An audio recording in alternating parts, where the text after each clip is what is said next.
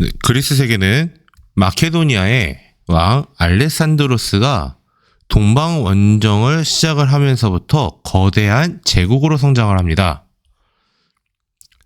마케도니아의 왕 알레산드로스는 자기 아버지 필리포스 2세가 그리스 세계를 통합한 것을 바탕으로 해서 아버지가 암살당한 후 자신이 왕이 된 다음에 이 마케도니아 지역에서 출발해서 군대를 동쪽으로 몰고 갑니다. 그리고 자신이 죽었던 33살에 죽을 때까지 원정을 계속해서 거대한 제국을 형성을 하는데요. 이 제국은 유럽 대륙을 출발해서 아시아 대륙, 그 다음에 아프리카 대륙까지도 진출해서 거대한 제국을 건설을 하게 됩니다. 자, 이 거대한 제국이 건설이 됐는데요. 자, 그래서 오늘은 이렇게 건설된 거대 제국, 알레산드로스 제국에 대해서 살펴보려고 합니다. 먼저 살펴볼 때 중요하게 봐야 될 체크 포인트는요. 첫 번째, 알레산드로스 대왕이 거대한 제국을 만들고 나서 동양과 서양을 어떻게 하나로 융합시키려고 했는가. 여기에서 동양은 알레산드로스가 정복한 페르시아를 지칭하고요. 서양을 알레산드로스의 기반이 된 그리스 세계를 이야기합니다. 그래서 이 페르시아와 그리스 세계를 어떻게 융합하려 했는가. 두 번째, 이 헬레니즘의 문화, 기본적인 특징과 더불어서 철학, 예술 분야에 대해서 집중적으로 살펴볼 필요가 있겠습니다.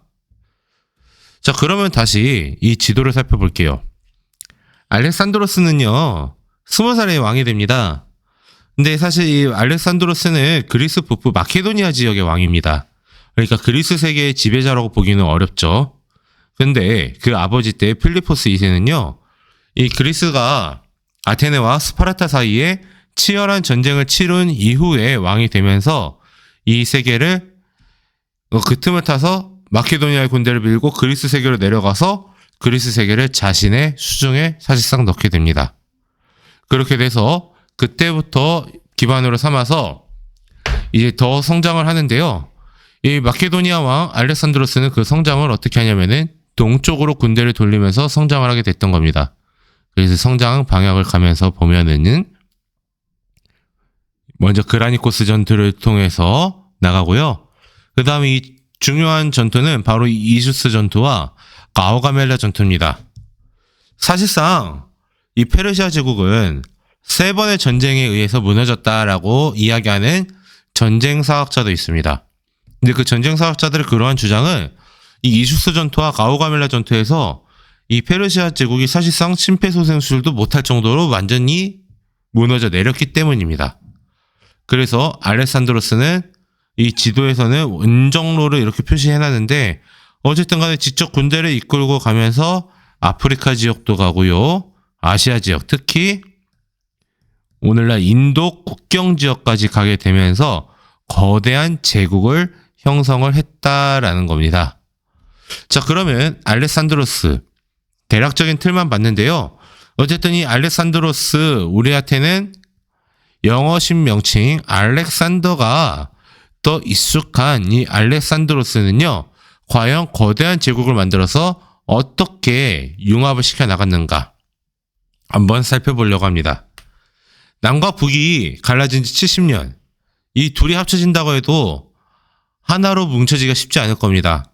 근데 알렉산드로스는 이 두 제국을 하나로 합치기 위해서 여러 정책을 실시했는데요. 먼저 첫 번째, 그리스의 폴리스적인 도시국가적인 정치 방식으로는 이 거대한 제국을 유지할 수 없다고 생각합니다.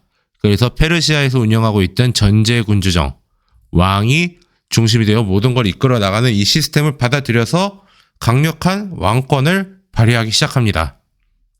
그런 다음에 자신이 정복한 지역의 종교와 관습과 같은 문화를 존중해주기 시작을 하죠.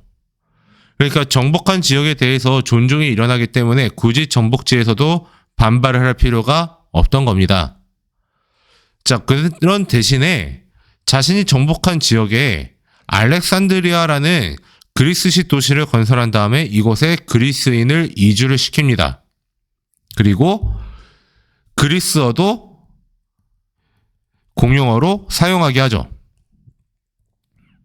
자, 이렇게 썼을 때까지만 하더라도요, 이 제국이 하나로 뭉쳐질 거라는 기대는 사실 하기 어렵습니다. 그러나 궁극적으로 하나로 뭉쳐진다라는 것은 피를 섞어버리면 되죠. 그래서 그리스인과 페르시아인 사이에 결혼 정책을 통해서 이 사실상 피를 섞음으로써 그들의 자녀들이 태어나면은 이 자녀들은 그리스인도 아닌 페르시아인도 아닌 또 다른 새로운 세계의 사람들로 태어나게 되는 겁니다.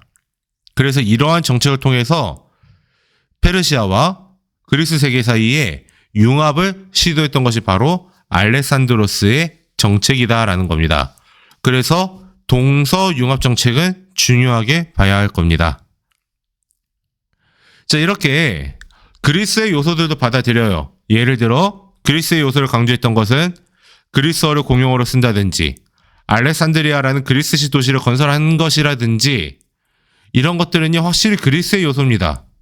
하지만 페르시아의 요소도 씁니다. 바로 페르시아의 정치 체제를 수용했다라는 측면이겠죠.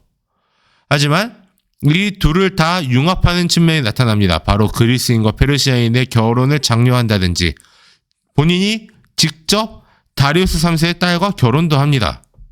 그 다음에 자신이 정복한 지역의 종교와 관습을 존중하면서 하나로 융합을 시킨다든지 이런 것들은 여러 의미가 있다고 볼 수가 있겠죠. 하지만 20살의 왕이 된 알렉산드로스 33살에 죽습니다. 여기 33살에 죽은 이후로 시리아, 이집트, 마케도니아로 분열이 되는데요. 이 이외에도 여러 개로 분열이 됩니다. 근데 이 제국들의 공통적인 특징은요. 다 로마라는 나라에 하나씩 점령되었다라는 거예요. 그래서 마케도니아의 안티고노스 왕조 전복되고요. 그 다음에 시리아의 셀레우코스 왕조 전복이 되고요. 그 다음에 이집트에 있던 프톨레바이오스 왕조 전복이 되고요. 그 다음에 군대를 더 동쪽으로 몰고 가서 그 동쪽에 있던 데들도 다 정리를 했던 것이 바로 로마 제국이었습니다. 그렇기 때문에 알렉산드로스의 제국이 무너진 다음에 이 모든 나라들은 나중에 유럽 대륙에서 강력하게 등장해서 이 지중해를 호수로 삼았던 로마 제국에게 다 정복이 되었다라는 특징이 있습니다. 자, 어떻게 보면 굉장히 짧은 시간 등장했습니다. 하지만 알렉산드로스가 죽은 이후로 이 로마 제국의 정복이 될 때까지 약 한 200에서 300년간의 시간 동안에 이 지역에서는 그리스의 문화와 그 다음에 페르시아의 문화가 융합된 새로운 형태의 문화가 등장하니 그것이 바로 헬레니즘 문화입니다. 바로 헬레니즘 문화가 등장할 수 있었던 거 알렉산드로스가 정복 사업을 하면서 동서융합 정책을 펼친 덕분이죠. 그래서 이 헬레니즘 문화의 기본적인 특징들을 볼 건데요. 먼저 첫 번째, 과거에 도시국가인 폴리스는 해체가 됩니다. 그래서 거대한 제국이 형성이 되죠. 그래서 도시국가에 벗어나서 굉장히 개방적인 자세로 나아가게 되는 개방적인 특징. 그 다음에 두 번째, 마찬가지 조그마한 도시국가 폴리스 중심의 공동체 의식이 아닙니다. 이제는 공동체를 벗어나서 개인의 행복을 추구하는 개인주의적 경향도 띄기 시작합니다.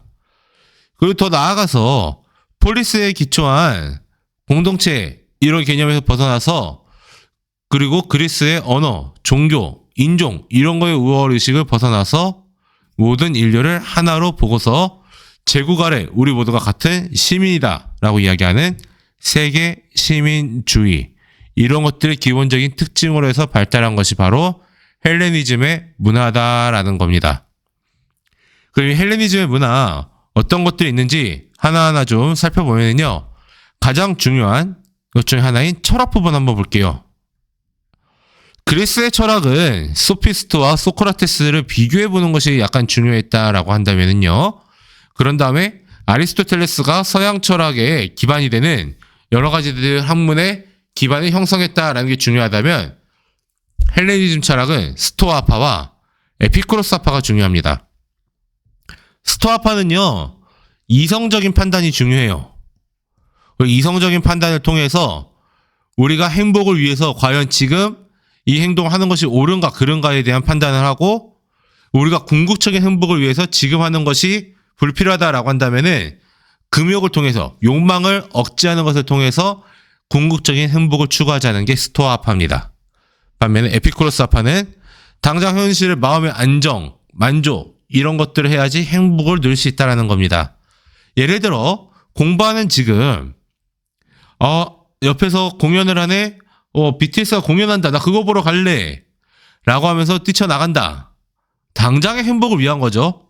그것은 바로 에피쿠로스파에 해당한다고 예를 들어본다면 지금 당장 옆에서 BTS 공연이 하지만 나는 궁극적으로 공부해서 대한민국을 이끌어 나가는 지도자가 되겠다.